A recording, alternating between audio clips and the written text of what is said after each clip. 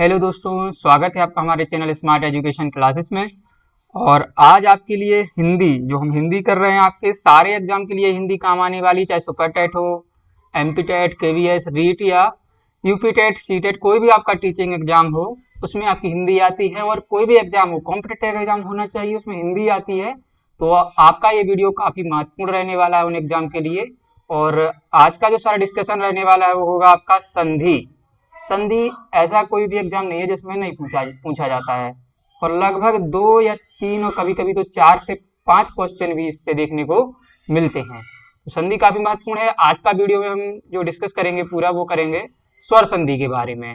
ठीक है ना। ये 9वां क्लास है आपका हिंदी का। इसके पहले 8 क्लासेज अगर आपने नहीं देखी है तो उनका प्लेलिस्ट का लिंक डिस्क्रिप्शन में हमने दे दिया है, वहां से जाकर देख लीजिएगा। चैनल पर नए हैं तो चैनल को सब्सक्राइब कर लें और बेल आइकन दबा दें, जिससे आपको आने वाला वीडियोज का नोटिफिकेशन जो है मिलता रहेगा। वीडियो अच्छा लगे लाइक करिए और शेयर भी किया करें। आप लोग शेयर बिल्कुल भी नहीं करते हैं। चलिए शुरुआत करते हैं। संधि। संधि के बारे में शुरुआत करने से पहले आपको बताना होगा कि संधि आखिर होती क्या है। संधि होती क्या है, इनका शाब्दिक अर्थ क्या होता है बताइए। शाब्दिक अर्थ कहा जाए तो इनका शाब्दिक अर्थ होता है वो क्या होता है, जो कहा जाए या मेल। जैसे दो शब्दों का मेल कराते हैं, आपको उदाहरण से समझाएंगे। या कह सकते हैं योग, या कह सकते हैं सुलह। आप दो लोगों की सुलह करा देते हैं, वो दो देश कभी कभी समझौता भी कर लेते हैं, तो ये इसका अर्थ होता है। शाब्दिक अर्थ संधि हो गई है। कहते हैं कि आपसे कहते थे कि जैसे मराठा और मुगलों की संधि, ठीक है ना। तो क्या है, जुड़ रहे थे वो दोनों, सुलह कर लेते थे, समझौता कर लेते थे, मेल होता था, योग होता था। ये होता है इसका शाब्दिक अर्थ। उदाहरण से समझेंगे, ठीक है ना। परिभाषा कहेंगे तो क्या हो जाता है, दो निकटवर्ती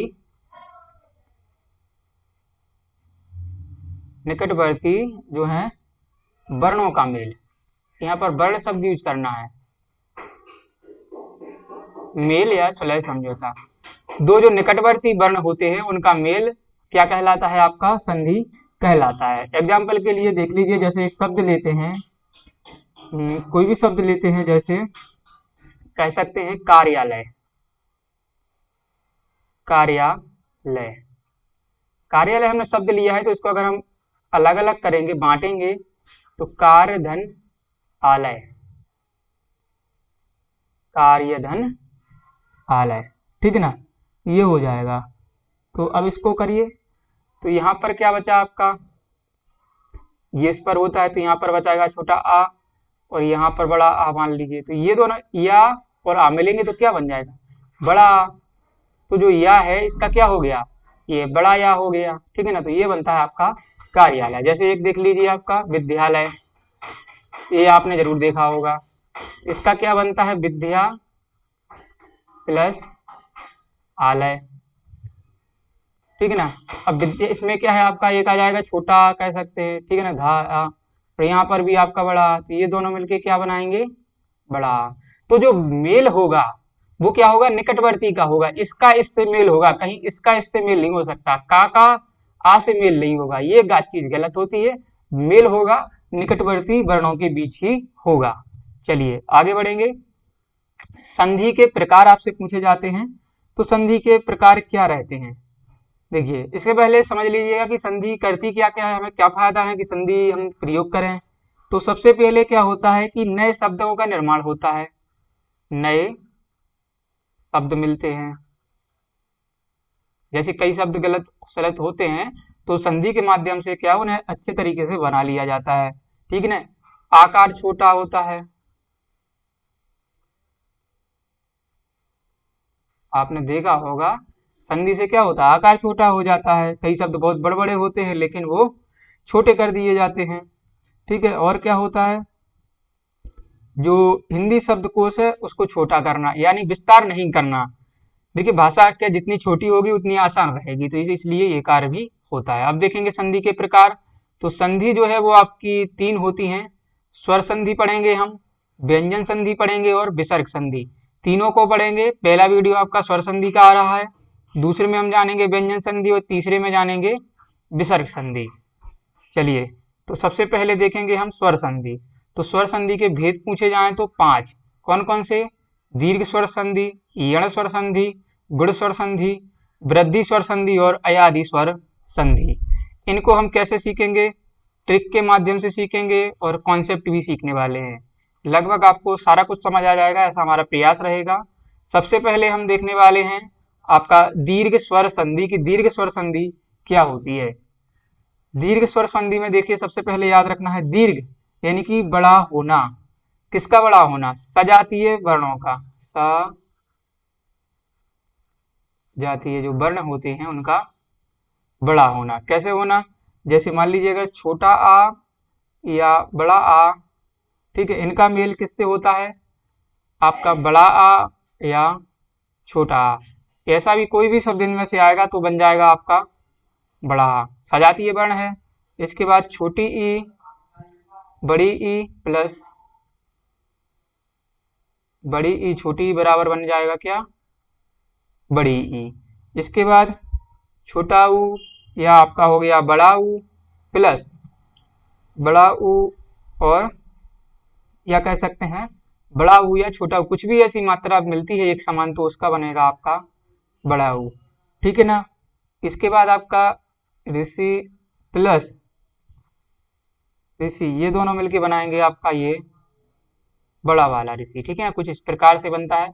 तो क्या होता है यहाँ पर सजातीय वर्णों का जो है वो मेल होता है और बड़ा अक्षर बन जाता है। ठीक है ना।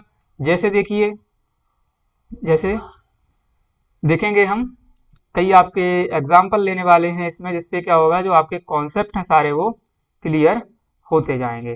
तो चलिए शुरू करते हैं उदाहरणों के माध्यम से समझना। तो हम पहला उदाहरण ले लेते हैं एक। तो सबसे पहले उदाहरण जैसे हमने ले लिया आपका देवार्चन। चलिए यहां से शुरुआत करते हैं। देवार्चन, देवार्चन को हम दो भागों में बांटेंगे तो क्या होगा? देव प्लस अर्चन। संधि आप इसी प्रकार से करेंगे जैसे हम कर रहे हैं, तो आपको क्या होगा कि काफी सुविधा होगी। तो वाह में क्या देखिए यहाँ पर क्या बचा आपका? आ। वा तो आधा होता है, ठीक है ना, व्यंजन है। इसके बाद यहाँ पर क्या है? आ। तो ये दोनों में छोटा आ है यहाँ पर, याद रखिएगा। चलिए इसको इरेज कर देते हैं।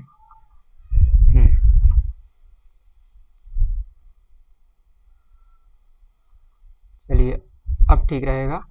तो यहाँ पर भी आपका छोटा आ है, तो दोनों को मिला के क्या बनेगा? बड़ा आ। तो फिर आपका शब्द क्या बना गया? देवार्चन। चलिए दूसरा उदाहरण ले लेते हैं, जैसे दैत्यारी। दैत्यारी, तो दैत्यारी में शब्द एक तो आपका दैत्य है और दूसरा क्या है? अरी। दैत्यारी। तो यहाँ पर भी आ है छोटा, यहाँ पर भी आ है, तो दोनों को मिलाएंगे तो क्या बनेगा आपका? बड़ा आ। तो शब्द क्या हो गया? दैत्यारी। ठीक है ना। इस प्रकार से जैसे लिख देना आपका है, आपको एक और शब्द लेते हैं सत्यार्थी। सत्यार्थी, तो सत्य हो गया, धन अर्थी। यहाँ पर भी आ है आपका, क्योंकि यह छोटा होता है। यहाँ पर भी आ है, तो दोनों मिलके क्या बन गया? बड़ा आ। तो क्या हो जाएगा? सत्यार्थी। ठीक है ना। और देख लीजिएगा एक एग्जाम्पल, जैसे हमने लिखा परमाणु। परमाणु में से आपसे क्या हो जाता है? परम धन अणु। यहाँ से आपका आ निकल के आ गया माँ में से, इधर आ है ही, क्या बन जाएगा? बड़ा आ। तो क्या हो जाएगा? परमाणु। इस प्रकार से ये शब्द होते हैं, इनका आप कुछ हम आपको शब्द दे देते हैं जिनकी आप प्रैक्टिस कर पाएंगे। तो चलिए कुछ शब्द लिख लीजिएगा, जैसे आप लिख लीजिएगा भावार्थ। ये सारे जो उदाहरण देख रहे हैं आप, ये हैं, ऊपर लिख देते हैं दीर्घ स्वर संधि। हम पढ़ रहे हैं दीर्घ स्वर संधि, इनका आप संधि विच्छेद जो है वो करेंगे घर पर। भावार्थ हो गया हिमालय, जैसे हमने बताया है ठीक वैसे ही करिए, हिमधन आलय। इसी प्रकार आपका हो जाता है दीपावली। दीपावली का भी करिएगा, नहीं आए तो कमेंट में पूछ लीजिएगा इसी वीडियो के। दयानंद, ठीक है ना। नदीस, कपीस, ये महत्वपूर्ण एग्जाम्पल हैं जो पूछे जाते हैं एग्जाम में। भानुदय, ठीक है ना, बधूत्सव, ये सारे आपके इंपॉर्टेंट लिखा रहे हैं, एग्जाम में पूछे जाते हैं, ठीक है, बिल्कुल याद रखिएगा। पराधीन, ठीक है ना, देहांत, और आपका हो गया अधिकाधिक, अधिकाधिक, ठीक है ना। तो ये जो मोस्ट इंपोर्टेंट एग्जाम्पल हैं आपके, वो हमने आपको बता दिए हैं, इनका आप विच्छेद करिएगा और याद रखिएगा। चलिए, सेकंड नंबर पर आ जाता है आपका यण स्वर संधि। इसकी जो ट्रिक है वो क्या है, शब्दों के बीच में, शब्दों के बीच में आपको क्या मिलेगा, जो आपके यण देख रहे हैं ना, यण, तो हमने क्या पढ़ा था यण में, या, व, रा, ला, ठीक है ना, इनके या व रा से पहले कोई आधा व्यंजन हो, या व रा ला से पहले कोई आधा व्यंजन होगा। इसमें कुछ नहीं पढ़ना, बस इतना याद रखना है, यण संधि वहां होगी जहां या व रा ला यण व्यंजन से पहले कोई आधा व्यंजन दिया हो। देख लीजिए, जैसे कोई शब्द ऐसे देते हैं हम, प्रत्युत्तर, प्रत्युत्तर, इसमें क्या है, या देख रहे हैं, या से पहले क्या है, आधा, या आप देख रहे हैं ना, या क्या है आपका, यण है, या व रा ला है, और इससे पहले क्या ता है, जो वो आधा व्यंजन है, ठीक है ना। ऐसे ही देखिए एक और, अध्यादेश, अध्यादेश में क्या है, या है लेकिन धा है जो वो आधा है। जैसे प्रत्यक्ष, प्रत्यक्ष में क्या है, या है लेकिन आधा ता है। जैसे और देख लीजिएगा, जैसे अन्वेषण, अन्वेषण में वाह है लेकिन फिर ना है जो वो क्या है, आधा है। जैसे स्वागत, स्वागत में क्या है, वाह है लेकिन आधा जो है वो सा है, ठीक है ना। जैसे आपका प्रत्येक, प्रत्येक में क्या होती है, अणसंधि, क्योंकि यहाँ पर या है और आधा ता है, तो या व रा ला आएगा और क्या आएगा आपका, आधा जो है उसके पहले कोई व्यंजन होगा, तो वहां पर होगी आपकी यण संधि, ठीक है ना, याद रखेंगे। चलिए, इसके बाद आते हैं हम गुण संधि की तरफ। तो गुण संधि क्या होती है, यदि शब्दों के बीचों बीच एक मात्रा ए या औ की हो। नियम याद रखिएगा, यदि शब्दों के बीच एक मात्रा जो है या तो ए की हो या ओ की हो, ठीक है ना, दो शब्द याद रखने हैं। चलिए दिखाते हैं कैसे, और इसमें देखिए ट्रिक क्या है, या तो आपका ये मिलेगा मात्रा, या ओ मिलेगी, या अर, ये ए ओ अर, ये तीन चीज याद रखिए। उदाहरण दिखाएंगे, जैसे रमेश, ठीक है, तो रमेश में क्या ये मात्रा दिख गई तो क्या हो जाएगा आपका, ठीक है ना, ये हो जाएगा आपका गुण संधि, ठीक है ना। इनका आप विच्छेद कर ही लेंगे, अगर आप थोड़ा सा भी आपने व्यंजन जो है वर्णमाला सही से पढ़ी होगी, ठीक है ना, तो ये बन जाएगा आपका रमेश जो होगा, जैसे रमाधन ईश, इसका संधि विच्छेद भी कर देते हैं, कोई दिक्कत नहीं है। यहाँ पर आपका आ निकल के आ जाएगा बड़ा, और इधर आ जाएगी आपकी बड़ी, तो ई ए रमेश, ठीक है ना, यहाँ पर छोटा आ होगा रमेश, ठीक है ना। जैसे आपका सुरेश शब्द हो गया, ट्रिक याद रखिए, बस आपका जो है आसान करना हो जाएगा, ज्यादा अंदर जाने की आवश्यकता नहीं है। जैसे परोपकार शब्द हो गया, इसके बाद देख लीजिए, जैसे अर बता ना, अर के कुछ शब्द देख लेंगे, जैसे महर्षि, आपका महर्षि, सप्तऋषि, देवर्षि, इस प्रकार से ये शब्द हो गए, ठीक है ना। अब जैसे आपने लिख दिया अरुणोदय, तो अरुणोदय में आपको बताना है, तो बताइए क्या, देखिए कुछ बड़ा तो हो नहीं रहा है, ठीक है, आपको यावराला भी नहीं दिख रहा है, कोई आधा व्यंजन नहीं दिख रहा, तो क्या गुण की तरफ जाएंगे, क्योंकि यहाँ पर आपको ये मात्रा दिख गई है ओ की, ठीक है ना।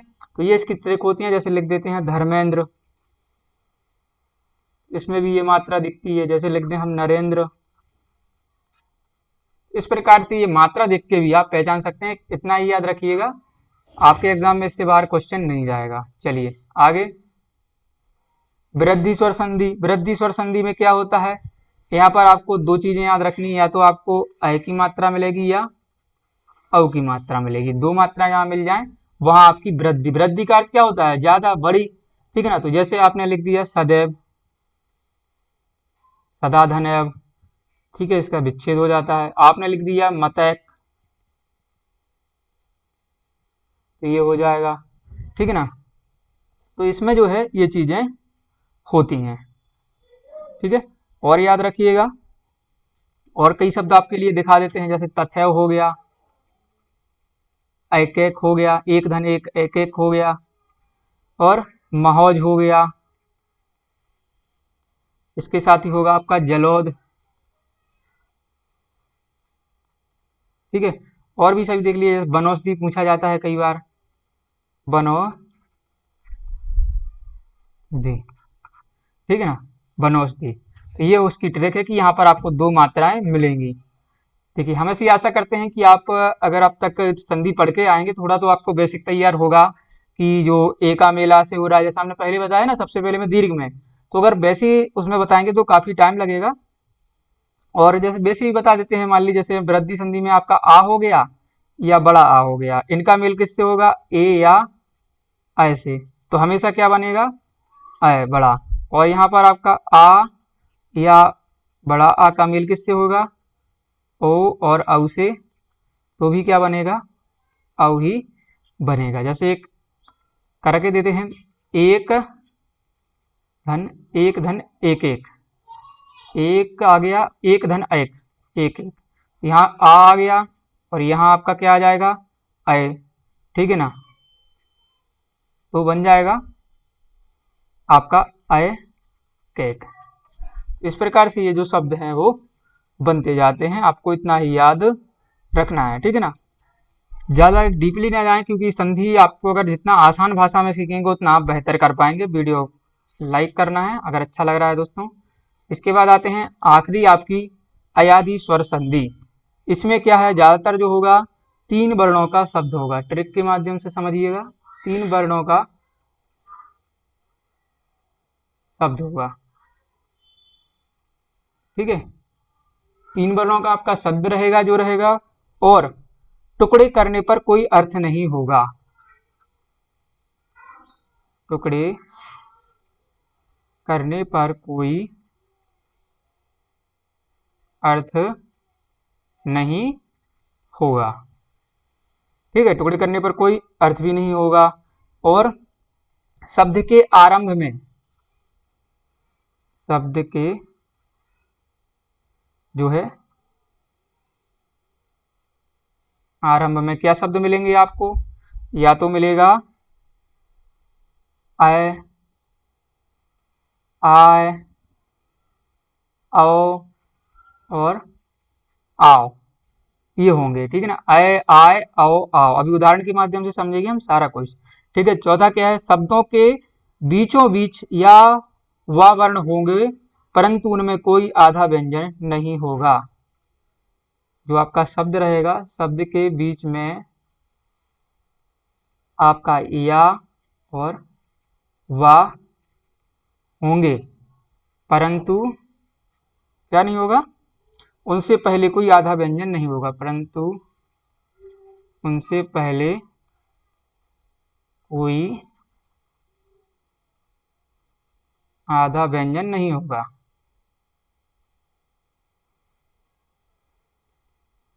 ठीक है। ये चीज आप याद रखेंगे। एक नियम, तीन वर्णों का शब्द होगा। दूसरा है टुकड़े करने पर कोई अर्थ नहीं होगा। तीसरा है शब्द के आरंभ में यह, आओ, आओ, आओ मिलेंगे। चौथा दिया है या और वाह होगा बीच में, लेकिन क्या होगा, उनसे कोई आधा व्यंजन नहीं होगा। जैसे शब्द देख लेंगे, पहला उदाहरण ले लेते हैं, जैसे आपका अय, तो अय में देख लीजिए, जैसे आपने चयन, बीच में या कितनी कंडीशन देखिए, तीन वर्ण है, बिल्कुल है, ठीक है। टुकड़े करने पर कोई अर्थ है क्या, चय का कोई अर्थ है, यन का कोई अर्थ नहीं है, तो ये भी हो गया। शब्द के आरंभ में क्या, अय मिलेगा, चय, बिल्कुल मिल रहा है, और इसमें या और मिल रहा है, और बीच में कोई आगे इसके कोई आधा व्यंजन नहीं है। तो चयन हो गया, शयन हो गया और गयन। ठीक है, इसी प्रकार देख लीजिए आय के उदाहरण दिखा देते हैं। तो आय के उदाहरण क्या है? गायक, नायक, ठीक है, गायक, नायक और गायिका इत्यादि। इसके बाद देख लीजिए आव के उदाहरण। आव के उदाहरण क्या है? जैसे पावक, आव मिल रहा है ना, पावक, धावक और शावक। इसके बाद देख लीजिए अव। अव के उदाहरण देखेंगे तो पवन, हवन और एक और देख लीजिएगा यवन। देखिए, तो सारी जो है ट्रिक आपकी काम कर रही है, इससे बाहर आपसे एक भी प्रश्न नहीं पूछा जाएगा। बस ट्रिक याद रखनी है और एग्जाम्पल को बिल्कुल ध्यान से देखना है। ठीक है, तो ये होती है आपकी स्वर संधि खत्म। कल हम देखेंगे व्यंजन संधि। वीडियो देखने के लिए काफ़ी धन्यवाद आपका। वीडियो अच्छा लगा है लाइक करिए, कोई भी चीज़ समझ नहीं आई है तो कमेंट करिए, वीडियो में आपको नेक्स्ट वीडियो में फिर से समझा दिया जाएगा।